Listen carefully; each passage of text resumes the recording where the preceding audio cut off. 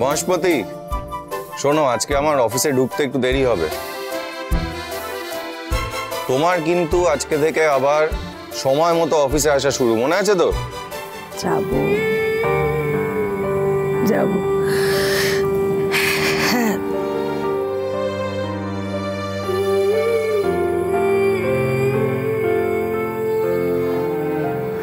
কোথায় যাবে মা? আজ থেকে আমি রোজ অফিস যাব।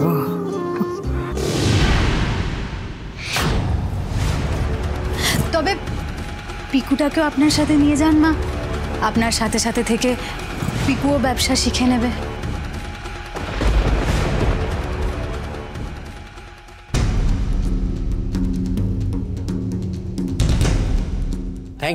Thank you sir. আপনি যে এই গরিবদের জন্য ফ্রি ডায়ালিসিস ক্যাম্পের আয়োজন, এতে গরিবদের ভীষণ উপকার হবে। Don't thank me sir. আমরা যে সমাজে বাস করি সেই সমাজের জন্য কিছু করাটা আমাদের দায়িত্বের মধ্যে পড়ে। আস্তে, সমর কাকা, তুমি ওনার সাথে যাও, আমি বাইরেই আছি।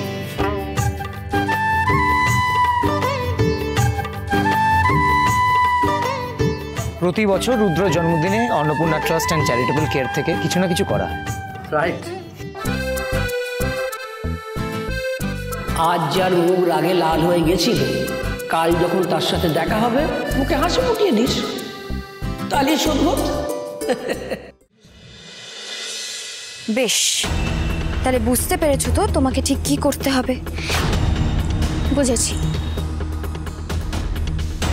এতদিন ওই আশ্রমের লোক হয়েছিলাম, আর এখন থেকে আপনার লোক হয়ে ওই আশ্রমে থাকতে হবে, তাই?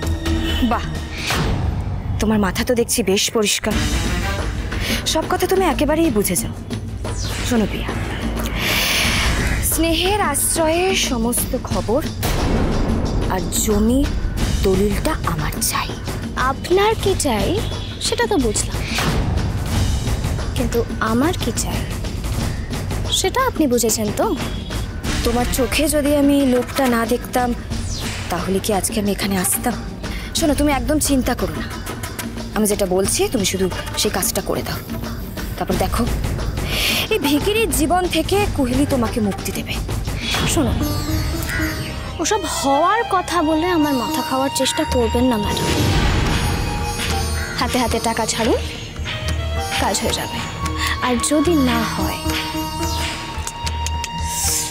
তাহলে লবডঙ্কা। বাবা, এ তো বেশ ধান্দাবাজ মেয়ে, একদিক থেকে ভালো।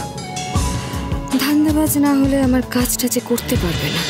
নতুন স্বাদে হরগৌরী পাইস হোটেল, সোম থেকে রবি প্রতিদিন রাত 10টায় স্টার জলসায়।